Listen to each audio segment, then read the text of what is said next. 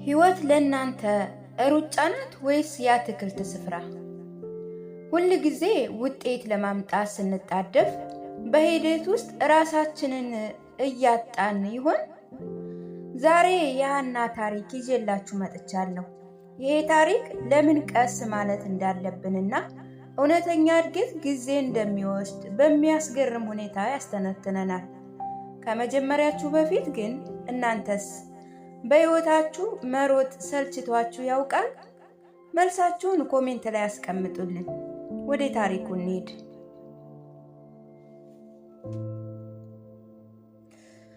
አና የ17 ዓመት ልጅ ጎበዝ ተማሪና በሁሉም ነገር አንደኛ ነበረች።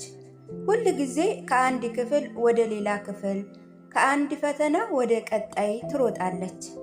በትምህርት ቤት ሆና በፈተናዎች ሁሉ ቀዳሚ ነበረች። ነገር ግን በውስጧ የመጨረሻ እንደሆነች ይሰማት ነበር። ደክሟታል። በደንብ መተኛት አትችልም። እንደ ድሮው አስቅም። አእምሮዋ ሁል ጊዜ ተጨማሪ ነገር ለማግኘት ይባዝን ነበረ። አንድ ምሽት እናቷ እንዲህ አለቻት፣ አና የክረምት ረፍትሽ ደርሷል። ገጠር ሂደሽ አያትሽን ጠይቂ አለቻት። አና ፊቷን አኮሳተረች። የአያቴ ቤት? እዚያ እኮ ዋይፋይ የለም፣ ጓደኞችም የሉም። እናቷ ፈገግ ብላ ምናልባት በትክክል የሚያስፈልግሽ እሱ ሊሆን ይችላል አለቻት። አና አያቷ ቤት ስትደርስ ሁሉም ነገር ዝግ ያለ ሆኖባት፣ የትራፊክ ጫጫታ የለም፣ የስልክ ጥሪ የለም፣ የሥራ ፕሮግራምም የለም። የሰማችው የአዋፍ ዝማሬ፣ የጭቃውን ጠረንና የዝምታ ሰላም ብቻ ነበረ። አያቷ አቅፋት የእኔ ትንሽ ቢራቢሮ ወደ ቤትሽ መጣሽ አለቻት። አናም እየሳቀች አያቴ እኔ ይልቅ የደከመች ንብ እመስላለሁ አለቻት።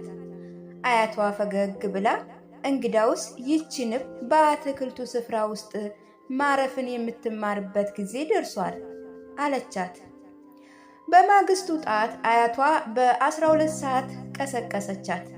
የሆነ ሰው ላሳይሽ ብላ ወደ ጓሮ ወሰደቻት። እዚያ ጥግ ላይ ትንሽ የአበባ ቦታ ነበረ። አያቷ ትንሽ የውሃ ማጠጫ ሰጠቻት። አሁን ስራሽ ይሄ ነው። እነዚህን አበቦች በየቀኑ አጠጪ፣ አነጋግሪያቸው፣ ሲያድጉም ተመልከቺ አለቻት። አና በመገረም ይሄ ብቻ ነው ብላ ዝም ብሎ አበባ ማጠጣት ማናገር አለች። አያቷም አዎ እና መጠበቅ ስትል መለሰችላት። መጀመሪያ ላይ አና አልገባትም ነበረ። አያቷ ስላዘዘቻት ብቻ አደረገችው።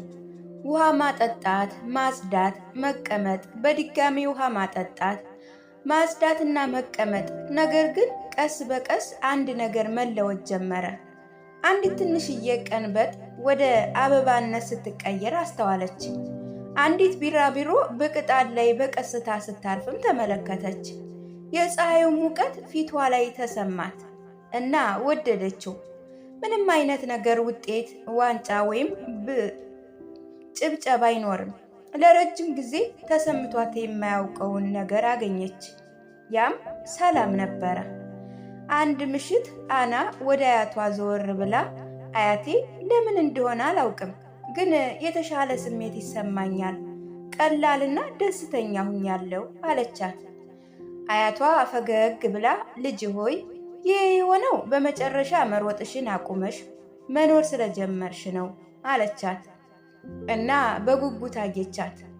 አያቷም ቀጠለች፣ አንድ ምስጢር ልንገርሽ፣ ህይወት ውድድር ሳይሆን የአትክልት ስፍራ ነች።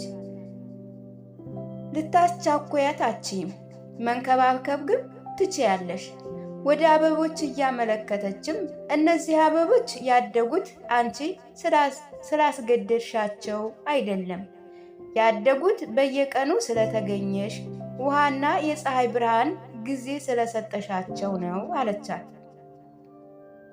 ከዚያም 3 ጠንካራ ምሳሌዎችን ሰጠቻት። አንደኛ ገበሬ ዘርን ይዘራል፣ ከዚያም ይጠብቃል፣ አፈሩ በፍጥነት እንዲያድግ አይጮክበትም። በሂደት ይተማመናል። በመጨረሻ መኸር ይመጣል አለቻት።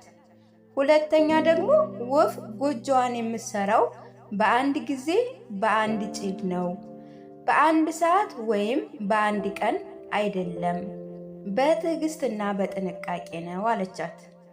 ሶስተኛዋ ምክር እናት ጽንስን ለ9 ወራት ትሸከማለች። ምክንያቱም ሕይወት ጊዜ ስለሚወስድ ነው።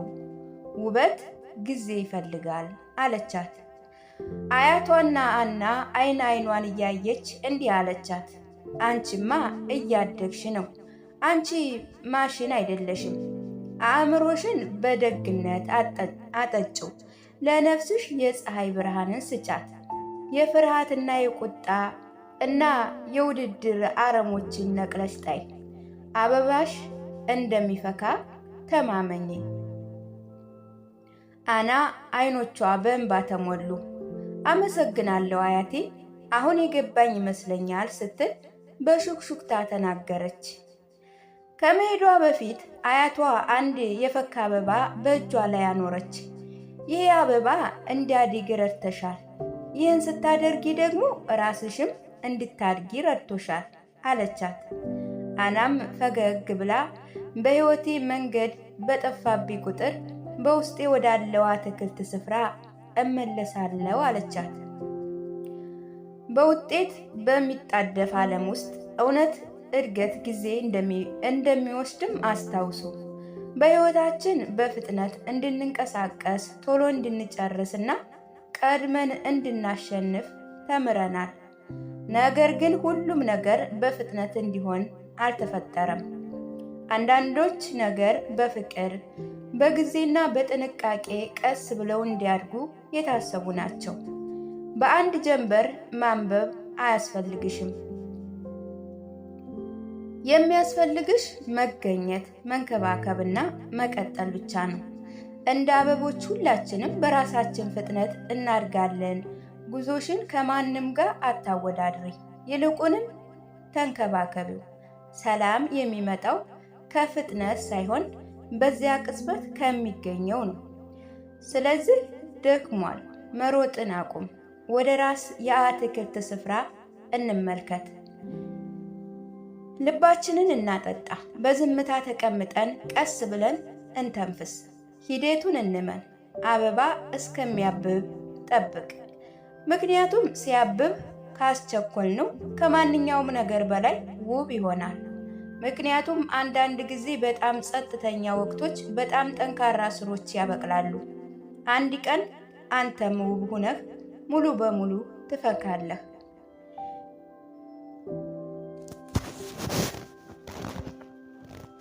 ታሪኩን ከወደዳችሁ ላይክ እና ሰብስክራይብ ማድረጋችሁን እንዳረሱ። በአና ጉዞ ውስጥ በብዛት ክፍል የትኛው ነው? በሕይወት ቀስ ማለት እንዳለባችሁ ተሰምቷችሁ ያውቃል? ሐሳባችሁን በኮሜንት አጋሩን።